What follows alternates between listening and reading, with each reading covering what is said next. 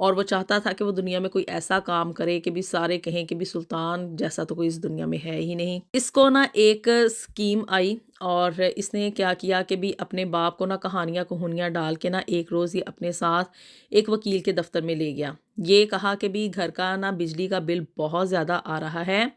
اور میں گھر میں نا دوسرا جو میٹر ہے نا وہ لگوانا چاہتا ہوں، اس کے لیے آپ کو جا کے نا کچھ کاغذات کے اوپر دستخط کرنے ہوں گے۔ اس کا فائدہ یہ ہوگا کہ یہ جو بجلی کا بل آسمان کو چھو رہا ہے نا، ہمارا یہ بجلی کا بل بہت کم آئے گا، دن رات اے سی بھی چلائیں گے اور سکون کے ساتھ جو ہے نا وہ گھر میں ہر چیز استعمال کریں گے۔ اب چونکہ پاکستان میں واقعی میں یہ بڑا پرابلم ہے کہ بھی بجلی کے بل بہت زیادہ آتے ہیں، باپ نا اس کی کہانی میں آ گیا اور اس وکیل کے دفتر پہ چلا گیا۔ باپ چونکہ سیدھا سادہ انسان تھا، اتنا پڑھا لکھا نہیں تھا اور انگلش تو پڑھنی وہاں پہ اس زمانے میں مطلب نہیں آتی تھی کسی کو بھی، جس دور کا اس کا باپ تھا۔ اب جی وہاں پہ نا اس نے جن کاغذات کے اوپر سلطان نے کہا نا کہ آپ ان کاغذات کے اوپر اپنے دستخط کر دیں اور اپنے انگوٹھے لگا دیں، اب جی باپ نے نا سلطان کے کہنے کے اوپر وکیل کے دفتر میں ان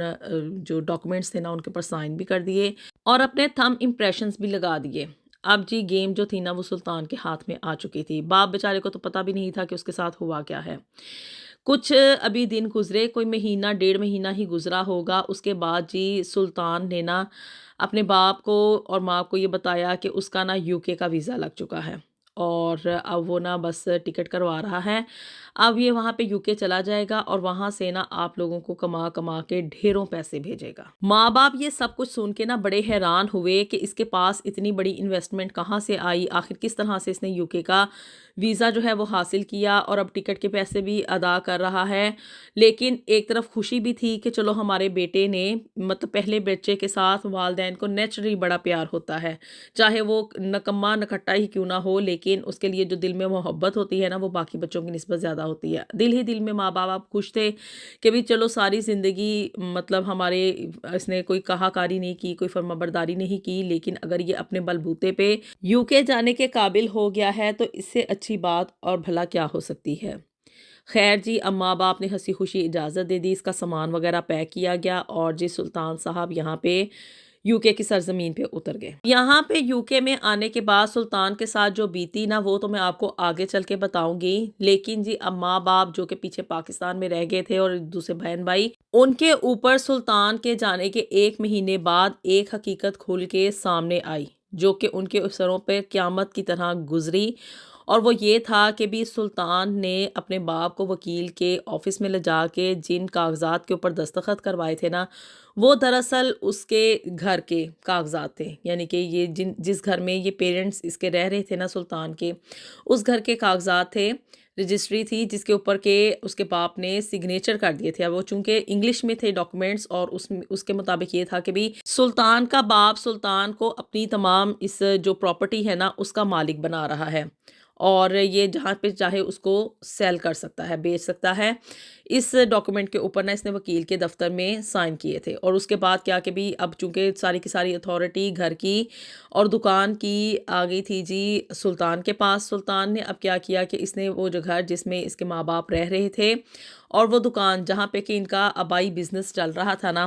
وہ سلطان نے سیل آؤٹ کر دی تھی، بیچ دی تھی اس نے، اور اب وہ جن لوگوں کو اس نے بیچی تھی نا وہ اپنا مالکانہ حقوق کا دعویٰ کرنے کے لیے وہاں پہ پہنچ چکے تھے۔ اب جی سلطان کے والدین اس چیز کو دیکھ کے بڑے پریشان ہوئے، ان کے پیروں تلے سے زمین نکل گئی کہ بھی اب ہم لوگ اگر اس گھر سے نکلیں گے اور ہم لوگ کہاں پہ جائیں گے، کاروبار بھی اب کوئی نہیں رہا تھا۔ خیر جی اب چونکہ وہ گھر سیل ہو چکا تھا اور جو وہ آئے تھے لوگ اس کا دعویٰ کرنے کے لیے ان کے پاس اس کی رجسٹری بھی تھی اور اس کے سارے صحیح والے ڈاکومنٹس بھی تھے، ان لوگوں کو نا سلطان کے والدین کو اور اس کے بہن بھائیوں کو وہ گھر خالی کرنا پڑا اور مجبوراً ان لوگوں کو وہاں پہ کرائے پہ ایک گھر لے کے اس میں یہ لوگ شفٹ ہو گئے اور بڑے ہکا بکا تھے، سلطان کو بار بار فون کر رہے تھے کہ بھی آخر یہ مطلب سینیریو کیا ہے، کیا کہانی ہے، لیکن جی سلطان صاحب نے ان لوگوں کا فون نہیں اٹھایا۔ اس کے گھر والے بار بار سلطان کو UK میں ٹریس کرنے کی کوشش کر رہے تھے لیکن ان لوگوں کی دال نہ گلی، اس نے ان لوگوں کا جو نمبر تھا نا وہ نہیں اٹھایا، نہ کوئی کسی قسم کا رسپونڈ کیا، بلکہ الٹا ان لوگوں کو نا WhatsApp کے اوپر بلاک کر دیا۔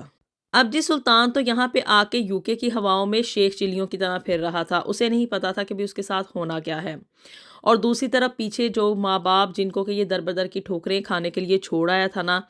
وہ مطلب اب ہر بات کے اوپر نا اس کو کوس رہے تھے، اس کو برا بھلا کہہ رہے تھے کہ اس نے ہمارے ساتھ اچھی نہیں کی ہے،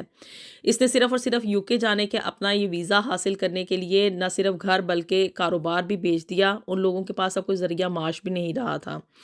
اور بڑی ہی مشکل کے ساتھ اس کا باپ اور جو باقی کے بھائی تھے نا، وہ محنت مزدوری کر کے انہوں نے کوئی جاب وغیرہ تلاش کی اور کوئی گھر کی نا دال روٹی وغیرہ وہ چلا رہے تھے، لیکن ماں اور باپ اٹھتے بیٹھتے ہر چیز کے اوپر نا اس کو ایک طرح سے بد دعائیں ہی دے رہے تھے کہ بھی اس نے ہمارے ساتھ اچھی نہیں کی ہے، اور ہمیں یہاں پہ اچھا خاصا ہمارا گھر تھا، گھر سے ہمیں بے گھر کر دیا، اور اب ہم ان چھوٹی موٹی نوکریوں کے اوپر مجبور ہو گئے ہیں۔ ان لوگوں نے تو جیسے تیسے کر کے وہاں پہ کوئی نہ کوئی نوکری ڈھونڈ کے اپنے گھر کی دال روٹی چلا ہی لی،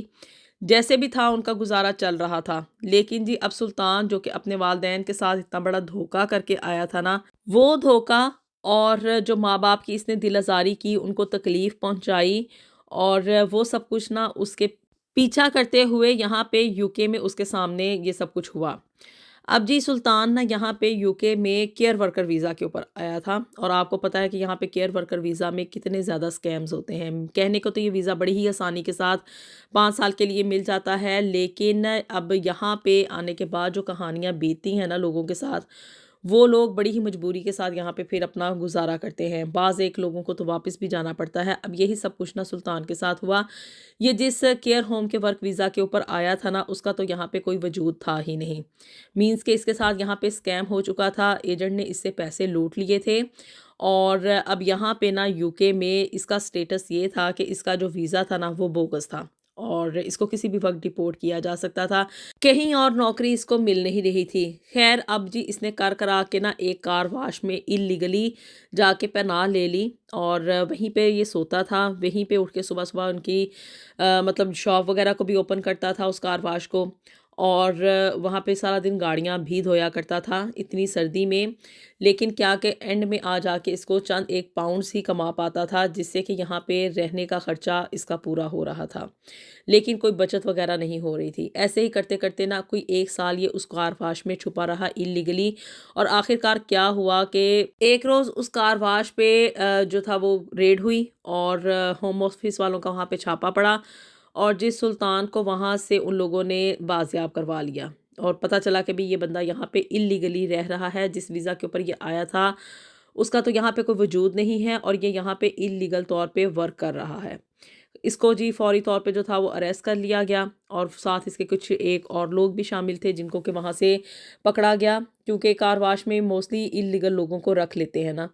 اور ان لوگوں کو جی پھر وہاں سے کچھ دنوں کے بعد ڈیپورٹ کر دیا گیا۔ اب یو کے میں اس کے ساتھ جو دھوکہ ہوا نا، وہ دھوکہ کھانے کے بعد یہ سلطان نا اپنے والدین کے پاس وہاں پہ واپس گیا، فیصل آباد، لیکن جی اب اس کے والدین تو اس گھر میں رہ نہیں رہے تھے، اس کو بالکل بھی پتہ نہیں تھا کہ بھی میرے والدین آخر کہاں گئے ہیں۔ کیسے کیسے کر آ کے نا اس نے اپنے والدین کا پتہ ڈھونڈ ہی لیا، اور جب یہ ان کے پاس معافی مانگنے کے لیے پہنچا تو جی اس کے والدین نے اس کو معاف کرنے سے انکار کر دیا۔ اس کے والدین نے اس کو بڑا برا بھلا کہا، اور ساتھ میں یہ بھی اس کو مطلب کہا کہ بھی ایسی اولاد ہونے سے تو بہتر تھا کہ اللہ ہمیں بے اولاد ہی رکھتا، کہ اس کی ایک غلطی کی وجہ سے، ایک خود غرضی کی وجہ سے، اور ایک بے وقوفی کی وجہ سے اس نے نہ صرف اپنے والدین کو در در کی ٹھوکریں کھانے پہ مجبور کر دیا، بلکہ اپنے بہن بھائیوں کو بھی غربت زدہ زندگی گزارنے پہ مجبور کر دیا تھا۔ تو جب بھی اللہ سے دعا مانگے تو ہمیشہ وہ چیز مانگا کریں جو کہ اللہ کے علم کے مطابق آپ کے حق میں بہتر ہوتی ہے، نہ کہ اپنی خواہشات کو جو ہے نا وہ صرف ایک ضد لگا کے اللہ سے مانگیں کہ ہمیں یہی چیز چاہیے۔ جب بھی دعا مانگیں تو یہی مانگیں کہ ہمیں اللہ ان چیزوں سے نوازے جو کہ ہمارے حق میں بہتر ہوں۔ اللہ تعالیٰ ہم سب کے لیے دنیا اور آخرت میں ڈھیر و ڈھیر آسانیاں پیدا فرمائے۔ ملیں گے آپ سے نیکسٹ ویڈیو میں with something new and something very interesting. Until then, اللہ حافظ۔